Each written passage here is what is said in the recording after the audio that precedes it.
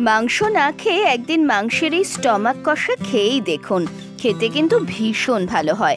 অনেকেই একেবারে স্টমাক নিয়ে এসেই সেটাই রান্না করেন। আমি কিন্তু স্টমাকটাকে খুব ভালো করে গরম জলে নোংরা পরিষ্কার করে ধুয়ে নিয়ে বেশ ছোট ছোট টুকরো করে সেদ্ধ করে নিয়েছি।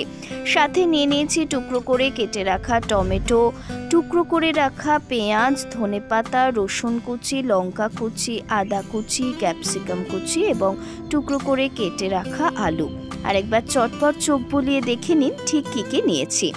এরপর একটা ফ্রাইং প্যানে পরিমাণ মতন সর্ষের তেল প্রথমে গরম করে নিয়েছি। তারপর তার মধ্যে দিয়ে দিয়েছি তেজপাতা, শুকনো লঙ্কা, এলাচ, লবঙ্গ, দারচিনি।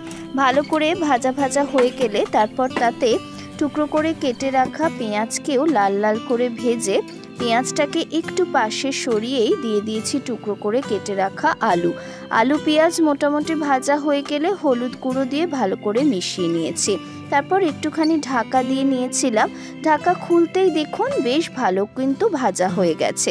তারপর দিয়ে দিয়েছি টুকরো করে কেটে রাখা টমেটো একটু মিশে গেলে দিয়ে দিয়েছি কুচি করে কেটে রাখা রসুন, টুকরো করে কেটে রাখা ক্যাপসিকাম। বেশ ভালো করে যখন ভাজা ভাজা হয়ে গেছে তখন দিয়ে দিয়েছি কুচি কুচি করে কেটে রাখা ধনেপাতা আর দিয়ে দিয়েছি কাঁচা লঙ্কা। ভালো করে মিশিয়ে নিয়েছি। এরপর দিয়ে দিয়েছি গুঁড়ো লঙ্কা, জিরে গুঁড়ো, ধনে গুঁড়ো, কাশ্মীরি লঙ্কার গুঁড়ো। প্রত্যেকটা উপকরণকেই খুন্তির সাহায্যে ভালো করে মিশিয়ে নিতে হবে। মেশানো হয়ে গেলে স্বাদ মতো নুন চিনি দিয়ে দিতে হবে। খানিকক্ষণের জন্য ঢাকা দিয়ে রাখতে হবে। এরপর সেদ্ধ করে রাখা মাংসের স্টমাক দিয়ে খুব ভালো করে নাড়াচাড়া করে নিতে হবে। মোটামুটি স্টমাক যখন মেশানো হয়ে যাবে তারপর দিয়ে দিতে হবে আদা কুচি। বেশ ভালো করে ভাজা ভাজা হয়ে গেলে স্টমাক সেদ্ধ করা জল দিয়ে দিতে হবে। আর কিন্তু আলাদা করে কোনো জলই এর মধ্যে পড়বে না। এরপর আর কিছুই না, ঢাকা চাপা দিয়ে জলটাকে শুকিয়ে নিতে হবে। একবার ঢাকা খুলেছিলাম, দেখুন কেমন টকবক করে ফুটছে। কয়েকটা কাঁচা লঙ্কা ছড়িয়ে দিয়েছি। আর একবার মাঝখানে ঢাকা খুলে ওপর থেকে গরম মশলার গুঁড়ো দিয়ে দিয়েছি।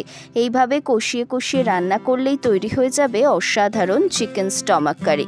বিশ্বাস করুন, একদিন মাংস রান্না যদি না করেন কোনো অসুবিধা হবে না। এটা দিয়েই এক থালা ভাত একেবারে সাবার হয়ে যাবে। আপনারা কারা কারা এটা খেতে পছন্দ করেন অবশ্যই আমাকে কমেন্ট করে জানাতে ভুলবেন না। ভিডিওটি ভালো লাগলে লাইক করুন, চ্যানেলটি সাবস্ক্রাইব করে সঙ্গে থাকুন।